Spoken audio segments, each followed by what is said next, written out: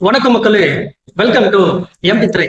இந்த ஷோல குல் த legacy of ரைசிங்ஸ் அப்படிங்கிற இந்திய வெப்சீரிஸ் உடைய ரிவ்யூ தான் நம்ம பார்க்க போறோம். இந்த வெப்சீரிஸ் ஜியோ ஹாட்ஸ்டார்ல தமிழ் டப்பிங்கோட அவைலபிளா இருக்கு. மொத்தமா 8 எபிசோட் ரிலீஸ் பண்ணிருக்காங்க. ஒவ்வொரு எபிசோடுமே ஆவரேஜா 30 to 40 மினிட்ஸ் டியூரேஷன், ஒரு மீடியம் சைஸ் வெப்சீரிஸ் அப்படின்னு சொல்லுவேன்.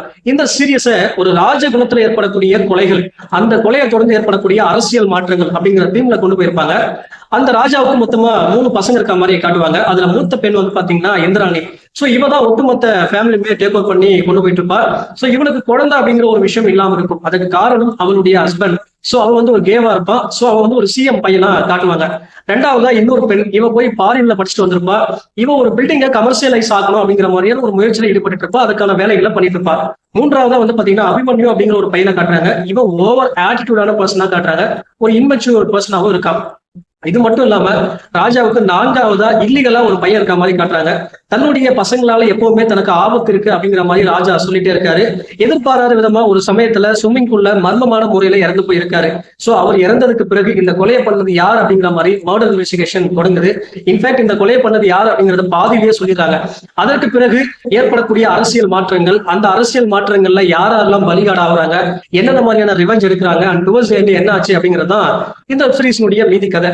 இந்த வெப்சீரிஸை பத்தி ஆலோசனை அப்படின்னா, இதுல எனக்கு பிடிச்ச விஷயமே மொத்தமா 8 எபிசோட் ரிலீஸ் பண்ணிருக்காங்க. பட் எங்கேயுமே லேக் இல்லாம, போர் அடிக்காம, ரொம்ப இன்ட்ரெஸ்டிங்காவும் ரொம்ப விறுவிறுப்பாகவும் இந்த வெப்சீரிஸினுடைய கதையை கொண்டு போயிருந்தாங்க. குறிப்பா ஸ்கிரீன் பிளே ரொம்ப பெட்டராகவே அமைச்சிருந்தாங்க அப்படின்னு தான் சொல்லணும். மொத்தமா 8 எபிசோடு. அதுல முதல் 4 எபிசோடு வந்து பாத்தீங்கன்னா அந்த கொலையை பண்ணது யாரு அப்படிங்கிற ஒரு மாடர்ன் இன்வெஸ்டிகேஷன்ல கொண்டு போயிருப்பாங்க. எதுக்காக அந்த கொலை பண்ணாங்க, அதுக்கான பர்பஸ் என்ன அப்படிங்கிற மாதிரி ரொம்ப த்ரில்லிங்காவும் இன்ட்ரெஸ்டிங்காவும் கொண்டு போயிருந்தாங்க. அடுத்த 4 எபிசோடு வந்து பாத்தீங்கன்னா ஒரு ரிவெஞ்ச் டிராமாவை கொடுத்திருந்தாங்க.